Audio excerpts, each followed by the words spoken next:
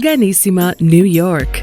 Your exotic skin, hair, and beauty source, and your one-stop shop for all your natural and organic skin and hair care, featuring authentic organic Moroccan oil and prickly pear seed oil and much more. Bringing you only the best, straight from the source and proudly produced in the USA. So what are you waiting for? Shop today at www.organissima.com. Organissima, New York. Your beauty is our duty.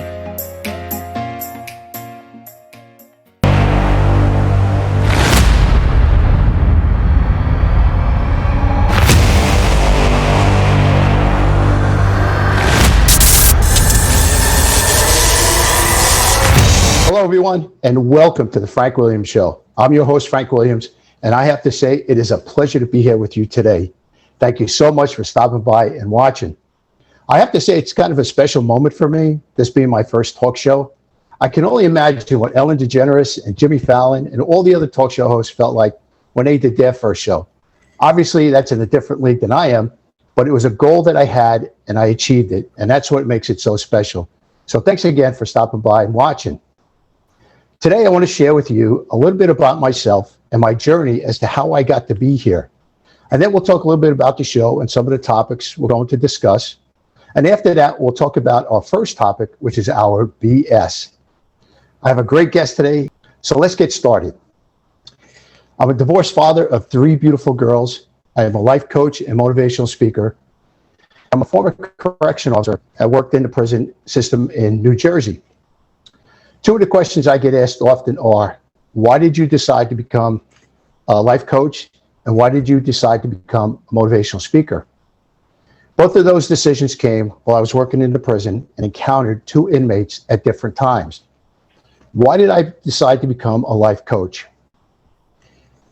The floor I was assigned to was where we housed all the inmates that were in for manslaughter or murder. And I remember one day while on duty, I was in the lobby area on that floor, and 2 inmates came off the elevator. One inmate stood about 5'4", 125, 130 pounds. The other gentleman stood about 6'4", 250 pounds. This man was massive, but he was very angry. He was cursing up a storm, and I looked at his hands, and his fists were clenched. And I knew right away that I had to get this man back into his cell. So I went over to the control room, and I knocked on the window, and I motioned to the officer inside to open up the Sally Port gate. Now, the Sally Port is a small area that you step into, and the Sally Port gate has to close behind you before the gate to the inmate housing area opens up. So all 3 of us step inside.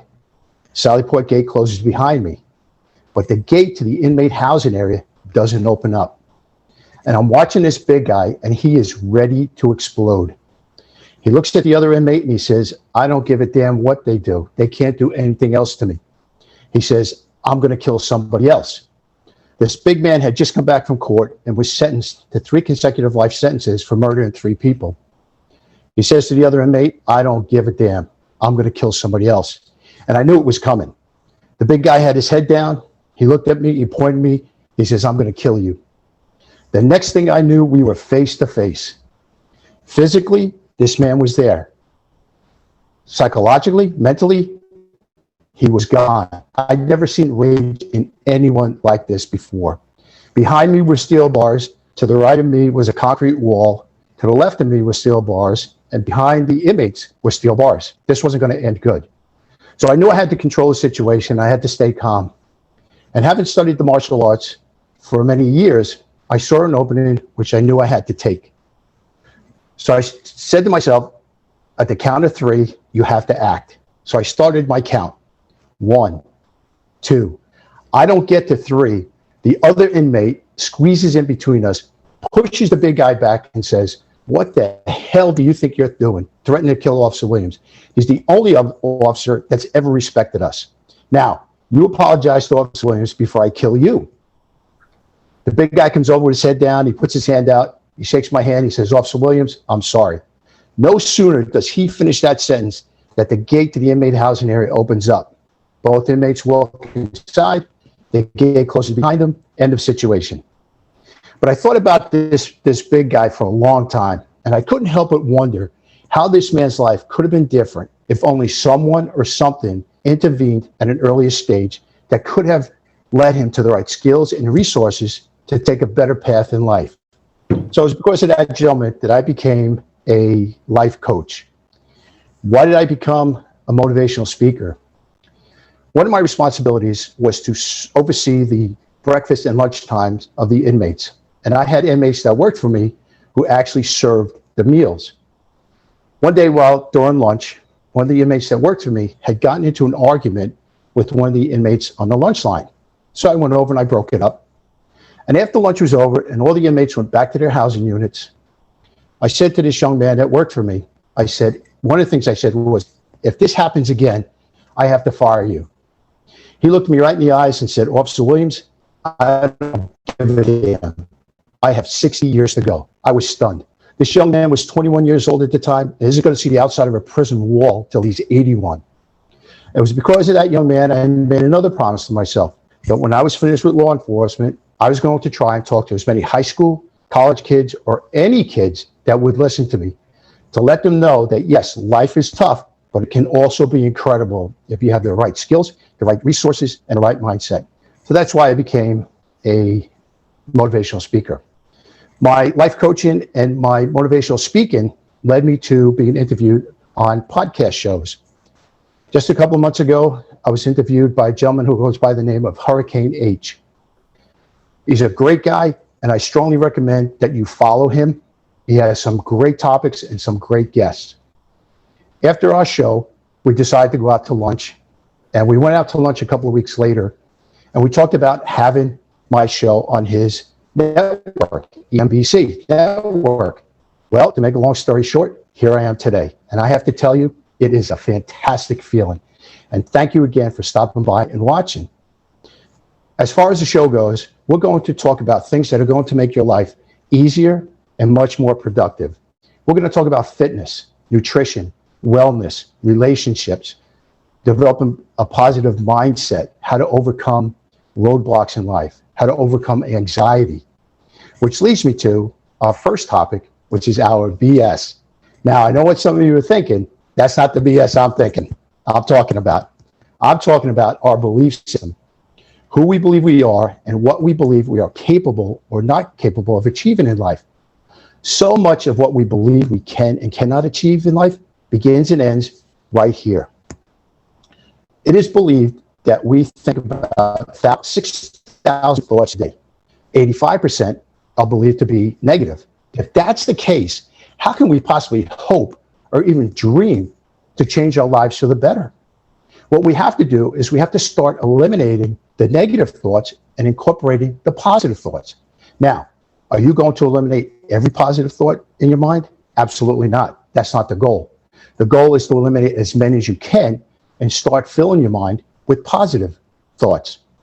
Think of your brain as a computer. If you put in the software that's programmed to give you doubt, uncertainty, and fear, what do you think is going to show up in your life? Yes, doubt, uncertainty, and fear. But if you put in the program or the software that's programmed to give you strength, perseverance, and victory, what do you think is going to show up in your life? Yes, strength, perseverance, and victory. Always be positive, always do the best you can. And my guest today is the founder and president of RomanMedia.com. And he and I have done some motivational engagements in the past, and we've had such a great time. And let me introduce Tom Roman. Tom, thank you so much for stopping by. Tom, let me ask you, let me tell the audience a little bit about who you are and what you do. Thank you for having me here, Frank, and I feel the same exact way about you. It's a pleasure knowing you, and we always have fun with everything we do.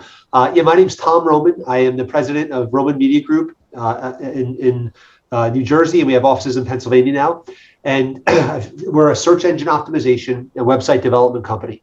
So have a blast doing it. Been doing it for 21 years, and just really am big on this exact topic, belief system. So yeah, I'll let you pick it up from here. Tom, you actually published a book. Tell us a little bit about the book. Great. Yeah, so the book is actually one of the things I was going to talk about today was the concept of it, but it's called The Vision by Thomas Roman. You can get it on Amazon as a print or a Kindle version. And what the book is about, it's all about one's focus of what they focus on in life, right? And at first it's establishing your goals according to what you want to accomplish, and then thinking only the picture in your mind, only thinking that goal. And I have this one motivational YouTube video that I watch almost every day. And what it says in the video is that you can't get to a destination by going in a direction and constantly changing your directions. And that's how I see the modern landscape in terms of all the distractions out there, all the social media, all the text messages, all the memes that are out there. All of them are simply distracting you and changing your direction from the outcome you want. And that's a big part of it. And the outcome you want is the person you have to believe you are, in a sense of gratitude. And I think it's very simple, but that's the whole construct of the book. And what I think really works in terms of the philosophical and emotional side of actually first believing who you are, knowing where you're going, and believing that you're that person. Tom, do you have any tips on how to overcome roadblocks with people trying to establish goals or achieve goals? What is it they can do to overcome those roadblocks? Because unfortunately, many people, they quit, and what happens is they tend to develop some type of low self-esteem. Sure. Yeah. So that's a great point. Well, I always think of a roadblock as like kind of a feeling of a false start, right? Where you start something and then it's like a race where someone starts falsely and then they have to restart the race again. Roadblocks are going to happen. And over the past couple of years, I have a child who had some serious medical issues, and we lived at the hospital for 6 months last year. And we're back for a lot. It's pretty intense. And we were starting in our organization, a big sales effort and a variety of other things. And it got pushed back and pushed back and pushed back. And frankly, I was really lucky that I was able to work from a laptop, because I was able to still function as a business and still manage my team and serve our customers. And that could be considered a roadblock to many. And it was, right? It was a serious situation that was a 10 out of 10. It had to be handled, and we had to just go, right? Just pack a bag and go. And now I'm in a position where our daughter is stable and she's doing great. And the idea is that now is the perfect time. All those roadblocks happened for specific reasons and shaped me into something different, where every minute I have now is of extreme importance and extreme value. And it's so focused, I can't even talk about it because I had that experience. So the idea is you're going to hit stuff like that in life. And the idea, that's the journey. And when you hit a roadblock, if it's something like I explained, then you keep moving forward until you can, develop a situation where you can focus again. And if it's a person in your life that's a roadblock, frankly, this is where you have to examine whether those people are, meant to be in your life, if they're healthy influences and are supporting of your goal and of your vision, right? And it's actually none of their business what your vision is. It's your business. And the idea is that you have to believe it, and it's your belief. So I don't recommend hanging out with toxic people. I recommend getting them out of your life as viscerally as you have to. And as hard as that sounds, it makes a huge difference, because you want to be with people who are pulling you up and pulling you forward, who are encouraging towards your goals, not saying, oh my God, that idea will never work. The idea is you need people that are supportive of it. But the idea, the most important thing is that you believe it's happening, that you are in gratitude, that you have the outcome you want already. So what would you tell someone as far as quitting? Would you tell them to quit? Would you tell them to try something else? What would you tell them? Well, I think you have to be, have it as a case-by-case basis. I think you have to persist. I grew up in the Rocky generation, right? So I grew up, we were little kids, and we had a frozen turkey in our freezer downstairs. And after we saw Rocky, my brothers and I hung it up, and when it melted and defrosted, we were punching it. And my mom came down to a turkey, all the drippings on the ground and everything. She never told my dad about it until years later. But I grew up in the Rocky generation, where you persisted and you went through whatever you had to go through, where the mind takes over and the body does what it tells you to do, right? So I'm big on persistence and persevering through any obstacles. When it comes to business persistence, however, I think there's a couple of different things. You have to examine if I always think I worked like 5 jobs, 6 jobs at one time when I started my business in order to leave the day open. So I consider that like the Statue of Liberty back in the 80s when I had the scaffolding. The Statue of Liberty was the main business that I own now, and all the different jobs I worked. I bartended, I packed boxes at night, I worked security, I was a waiter, I worked retail, I worked corporate sales, I did another sales gig. I was working really hard. And what the point was is that all those jobs supported my big goal, which is the media company now. And the idea is that I persisted until that business had the cash flow. But I went through several iterations of my business. I started with an athletic award company that had inspirational collages, actually one on the wall when I did crew in college. It's a team picture in the middle with the background of the university. Really cool concept, but it was just a yearly cash flow. I didn't have the money. The next thing I did was consulting business. And then eventually it evolved into the media company I own today. And we have a lot of customers and a great team, a very talented, professional, skilled team. And it took me years to even figure out where the money was, where the demand was, and then to position myself in a way that people really saw value with our services, and our services produced revenue for them. But the point is, I had to go through several iterations. So at certain points, I had to give up. I gave up on Newflash, my original company, but I went and got a full-time corporate sales gig, worked all these side jobs in order to leave my day open in order to be able to figure out where it was. So I think if a business isn't making money and cash flow in 6 months, I think you got to really examine it, and you got to really look at it and work side jobs, and don't get emotional and don't get too attached to the business. If it's not making money, the idea is that's not working. You have to learn more skills, whatever it takes, but be patient. It took me 20 years to get to a point. Probably 5 or 6 years to figure it out where I was making a living. Another 5 or 6 years to really get our position in the market. Another 4 or 5 years to get really stable cash flow. And then the last several years have been more of whatever you want to call it, growth, whatever. But we're just getting new clients and really succeeding. On the second part with relationships, I think you got to examine whether the relationship's healthy or toxic. And this is a part of that rocky generation that I mentioned before. I think, you think that you can't change other people. So if the relationship is toxic, it's bringing you down every time you're with that person that makes you feel bad, you got to really examine them and kind of get them out of your life. And the people you want to hang out with they always say you're the average of your peer group, right? And I don't necessarily mean a peer group of what they have. This guy's got this kind of car, this kind of house. The peer group is their vision, right? Is what they're going to become. What they are in mind is what they're going to become in physical reality. So you want to be a peer group with people with strong visions that are talking vocabulary of success, of moving forward, of hitting their goals, of being hungry and applying themselves and actually doing things. And I told my cousin today on the phone, we were chatting, and he goes, my friends, they want to go out. And I said, listen, your friends want to go out. They're not building a business like you are. I said, they want to go out to wherever, Atlantic City for the weekend, come back all hungover on Monday, go to their job. That's great. But if you're building a business, and he told me he's doing this, I didn't tell him. He goes, I'm staying home. I'm going to focus on my goals. I was like, that's how you have to do it. I said, you can't be influenced by those other people because they don't have the same vision that you do. You want to hang with a guy that on Friday night is like, hey, listen, I'm going, it's 10 o'clock. I'm going to bed. I'm getting up for a 5 o'clock CrossFit class in the morning, and I'm going to crush it. I'm going to hit a new personal record tomorrow, not wake up and, drag myself to breakfast.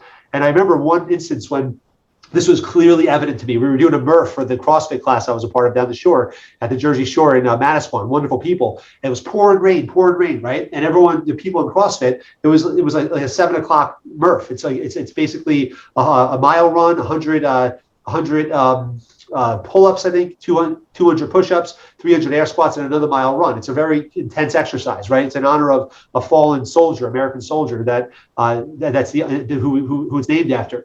And I remember running or hitting big puddles, and we're just going through. These other people are hiding under the awnings, all hung over and just still drunk from the night before. It was two totally different paradigms. Not saying anything about that's wrong with that, because there's a time and a place for that too. When you celebrate and you do stuff like that. But for me personally, I was down the shore. I was getting some sun. I was enjoying myself, having a little really quality R&R. But I was cranking. I was up early, and I wasn't a part of that peer group going out and getting blown out, right? So that's the thing you got to say is you persist, but you don't stay in relationships that are toxic. So you have to know when to hit eject on those. Great, Tom. Thank you.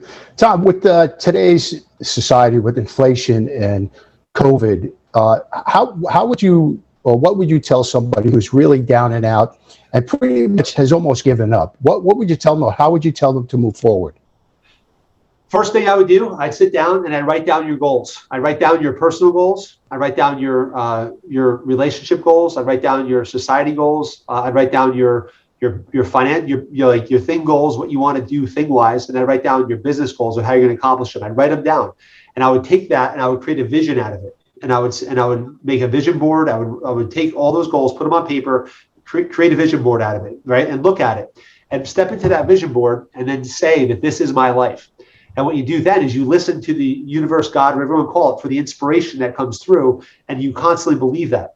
And I think the key is that this is a very important thing. You work as many jobs as you have to in order to finance that venture. And what you do then, the reward for succeeding in the venture is slowly letting go of the side jobs and then being able to work that full-time main job.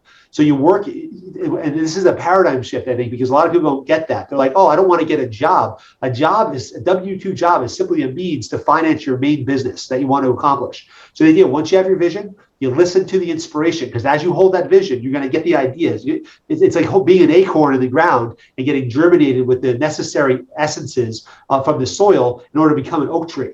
Or you could be a poison ivy seed and you could get the necessary essences to become a weed, right? A poisonous weed for that matter, right? So the idea is your vision is the type of seed you are, and the universe, God, whatever everyone calls it, is going to give you the ideas to manifest it. And then all the side jobs you work, that scaffolding, is going to help you create that main business. And all you do then is you get the skills you need in order to create that business.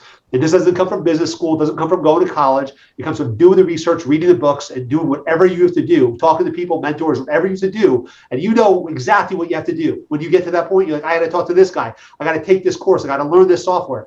Then you just learn it. And the idea is that the whole college thing, and I did college, I did a master's degree, and it was a wonderful experience, but it doesn't take a semester to learn a software program. It takes 2 or 3 days, right? Maybe a week. Right? Maybe 2 weeks if it's a really complicated one, but you can learn stuff rapidly to have that confidence, that belief system in yourself. Tom, how many goals would you say an individual should work on at one time?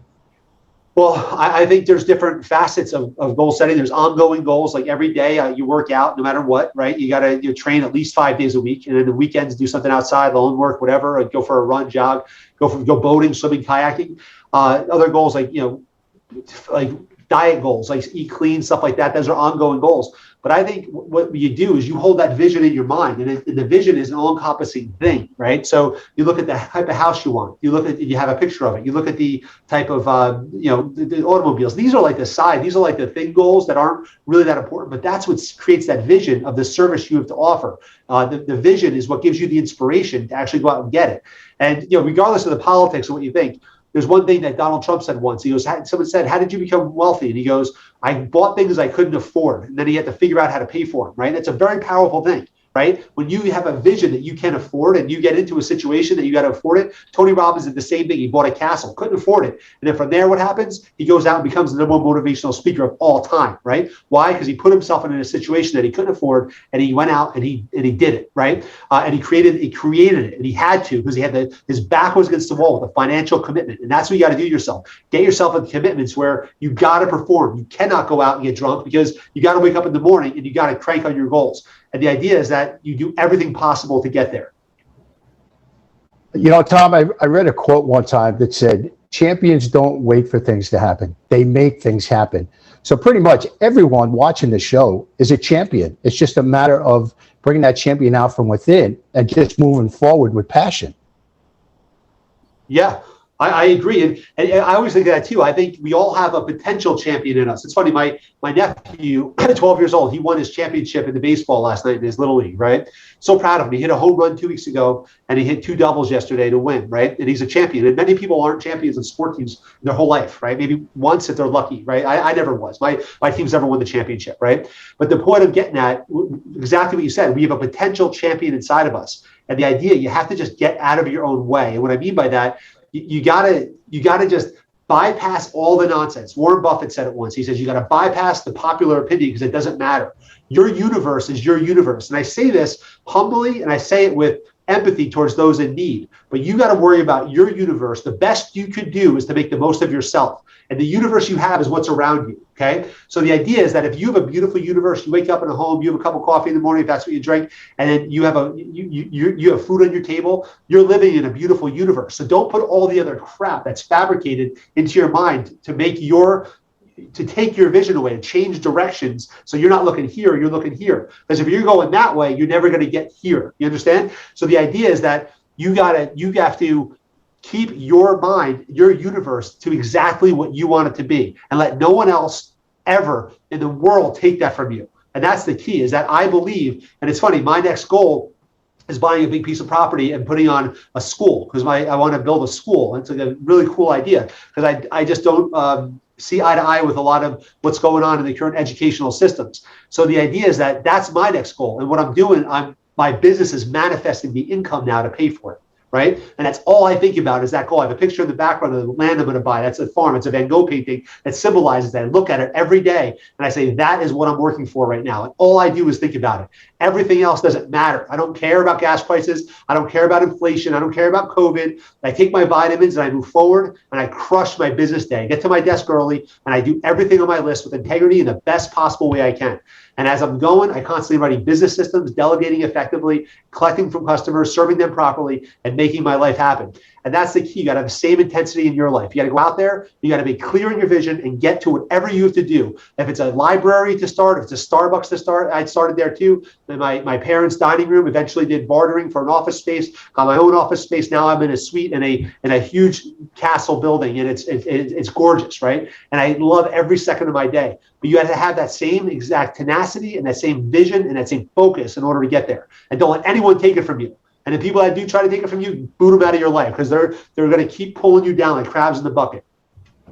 That's absolutely right, Tom. You know, no one was born to be average. Everybody's born for tremendous success, to create a life that they could never imagine. But that's up to them, and they have to bring that champion out from within.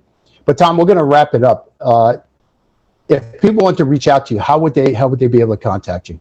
Yeah, my website is romanmedia.com, ROMAN media, MEDIA.com. And you just email me from the website. So my email is Thomas, THOMAS, at romanmedia.com. And I'd be happy to correspond. So I'm just really grateful to you, Frank. Thank you for your time today. And I'm really psyched, and you're meant to do this. I'm really grateful to you for having me here today. Tom, it was a pleasure having you. And I just want to thank our audience for being here. Thank you so much for stopping by and watching. And I'll leave you with this. But more importantly, believe in yourself, because that's where dreams begin. I'll see you next time.